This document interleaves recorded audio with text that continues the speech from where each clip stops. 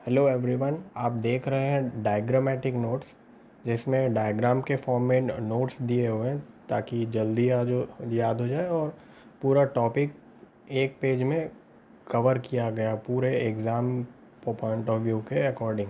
और जो जो एग्ज़ाम में पूछा जाता है वो सारी चीज़ें इसमें इंक्लूड की गई हैं। तो अभी शुरू करते हैं। तो हम बात कर रहे हैं मराठा एम्पायर की, जिनके फाउंडर थे शिवाजी महाराज। फिर सेकेंड टाइम जिसने मराठा एम्पायर को री किया इंडिया में, उनका नाम था बालाजी विश्वनाथ। और उनके जो बेटे थे जिनका नाम था बाजीराव वन, जिनकी एक मूवी भी आई थी अच्छी। और उनके दो बेटे थे बाजीराव वन के। एक का नाम था बालाजी राव, दूसरे का नाम था रघुराम राव। अब बालाजी राव को राजा बना दिया जाता है क्योंकि वो एज में ज़्यादा है, और रघुनाथ राव एज में कम है, इसलिए उनको अभी शासन नहीं दिया गया है। तो इसके बाद क्या होता है कि जब बालाजी राव की डेथ हो जाती है तो माधव राव वन को सबका सपोर्ट होता है, और सारे जितने भी मंत्री होते हैं राज्य के, वो माधव राव को राजा बनाने के लिए अपनी सहमति देते हैं। लेकिन रघुराम राव को इससे दिक्कत हो जाती है कि मैं तो इससे बड़ा हूँ, ये मेरे बड़े भाई का बेटा है, इसको भी बनाया जा रहा है शासक, और मैं इतने पहले से बैठा हूँ, बट मुझको तो कुछ नहीं दिया गया। तो ये जाके अंग्रेज़ों से मिल जाते हैं। अंग्रेज़ों से मिलके ये ट्रीटी ऑफ सूरत पे साइन कर देते हैं, जिसके अकॉर्डिंगली वो अपने राज्य में टैक्स वसूल करने की अनुमति देते हैं ईस्ट इंडिया का कंपनी वालों को। लेकिन इस ट्रीटी होने के बाद अंग्रेज़ लोगों ने मराठाओं पर आक्रमण किया। उनकी ये मंशा होती है कि हम इस राज्य को जीत लेंगे तो टैक्स आ ही जाएगा। और रघुराम राव की ये मंशा थी कि अगर अंग्रेज़ जीत जाएंगे तो शासक तो मैं ही बन जाऊंगा और माधव राव को हटा देंगे। बट ऐसा नहीं होता है। जो फर्स्ट एंग्लो मराठा वॉर होता है वो जीत जाते हैं वो मराठा।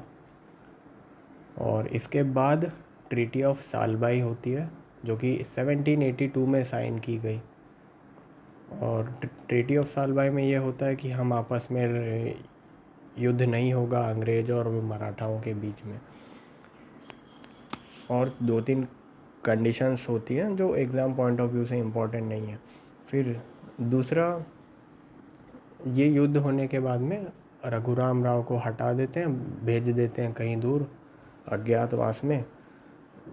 लेकिन उनके पुत्र बाजीराव टू जो होते हैं, वो जब बड़े हो जाते हैं उनको डर रहता है कि यार मेरे पापा को भी राजा नहीं बनाया गया और मुझको भी नहीं बनाया गया।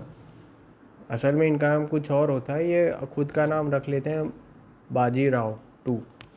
और लेकिन ये जाते हैं अंग्रेज़ के पास और सिग्नेचर करते हैं ट्रीटी ऑफ बेसिन पे, जो कि पूरे भारत को एक तरह से गिफ्ट की तरह प्रेजेंट किया अंग्रेज़ों को। आप टैक्स भी ले लो, आप अपनी आर्मी भी रखो, आपकी आर्मी का खर्चा हम उठाएंगे। तो यही एक ट्रीटी है जिससे अंग्रेज़ों को कॉन्फिडेंस आया कि हम पूरे भारत पे राज कर सकते हैं। तो ये साइन की बाजीराव टू ने। तो इतना होने के बाद second Anglo Maratha war start होता है, जिसमें मराठा हार जाते हैं क्योंकि आधुनिक हथियार उस समय ब्रिटिशर्स के पास होते हैं। तो ये ट्रीटी ऑफ बेसिन के अकॉर्डिंगली अंग्रेज पूरा लगभग 60 से 70% हिस्सा राज्य का हथिया लेते हैं और टैक्स भी लेते हैं। और मराठा साम्राज्य अभी काफ़ी वीक हो गया।